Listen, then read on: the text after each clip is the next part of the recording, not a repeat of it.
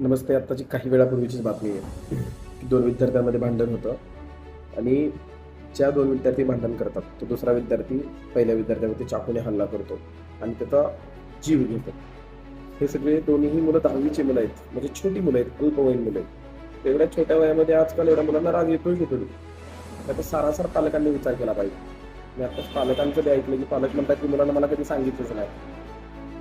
आता पालक म्हणून आपण कुठेतरी चुकतोय का? कधी-कधी मला याच्यावरती प्रश्न पडतो, की आपल्या मुलांना आपण बोलतं केलं पाहिजे. आपली मुलं आपल्यापाशी व्यक्त झाली पाहिजेत, की माझं कोणाबरोबर भांडण होतंय, मी शाळेत काय करतो, मी क्लासमध्ये काय करतो, मी दिवसभर काय करतो. काल परवा आमच्या क्लासमध्ये एका विद्यार्थ्याचा मोबाईल सापडला. मोबाईल सापडल्यानंतर डिटेलमध्ये त्याची हिस्ट्री चेक केली, पाहिलं. तर मला अशा प्रचंड चुकीच्या गोष्टी करतायत, की ज्या वयात मुलांनी केल्या नाहीत पाहिजे. याचा मुलांच्या मनावरती काय परिणाम होणार आहे? मुलं आसपास समाजामध्ये वावरतात, समाजामध्ये सगळ्या गोष्टी बघतायत, त्या बघून मुलांच्या मनावरती काय परिणाम होणार आहे?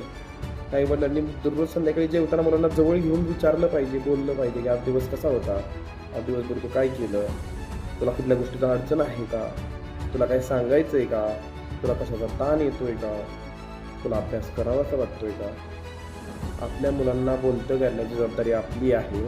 आपली मुलं बोलती झाली तर आपल्यापाशी व्यक्त होतील आणि व्यक्त झाली तर आपल्याला कळेल की आपल्या मुलांचं नक्की काय चालू आहे. याचं पालक म्हणून आपण जागे होणं, जागरूक होणं अत्यंत आवश्यक आहे.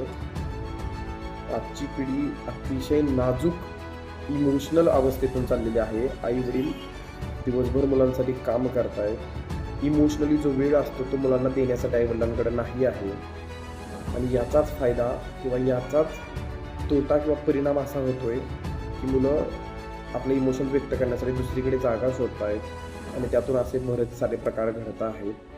तर कृपया वेळी त्याचा पालक म्हणून जागृत होणं गरजेचं आहे असं मला वाटतं.